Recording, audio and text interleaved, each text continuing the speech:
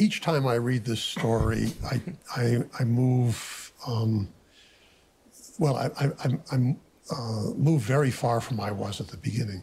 When I first read the story and Bartleby refuses to proofread the copies that he himself has written, that was it. He was out of there. The conditions of our relationship are employment. I'm not your social worker or your father confessor or your friend. You've come here to do a job.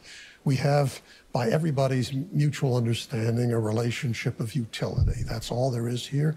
When we cease to be useful to one to the other, that's it.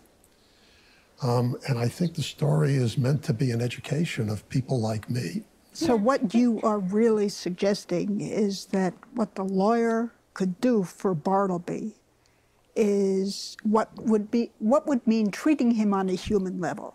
He could give him some hope. He could give him some encouragement. He could give him some company, some human company. But, okay, company. But remember, Bartleby stands in dead wall reveries, hour after hour after hour after hour. And so if what you're calling for is to join him, right? So, you know, you can't engage him in conversation because he rejects conversation. So you're going to stand with him and look at the wall.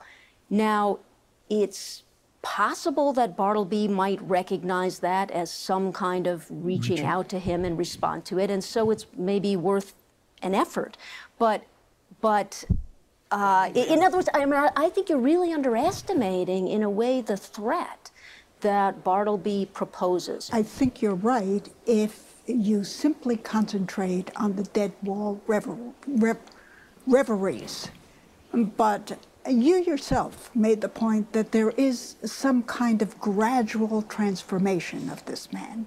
There's one moment, and then you should come back at me, but the one moment where Bartleby has refused to do something or has preferred not to do something, and the lawyer tries again, and what is the reason for that? And he says, you can see for yourself the reason. And the lawyer looks at him and he says, oh, your eyesight has gone bad because you've been scribbling here in the dark. Yeah.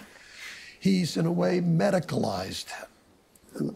Bartleby is, in effect, saying, don't you see? And then, of course, we can all fill in what we think would be seen if you saw Bartleby as the broken, dispirited, hopeless human being that he is. And the lawyer is looking for some kind of problem that he can fix.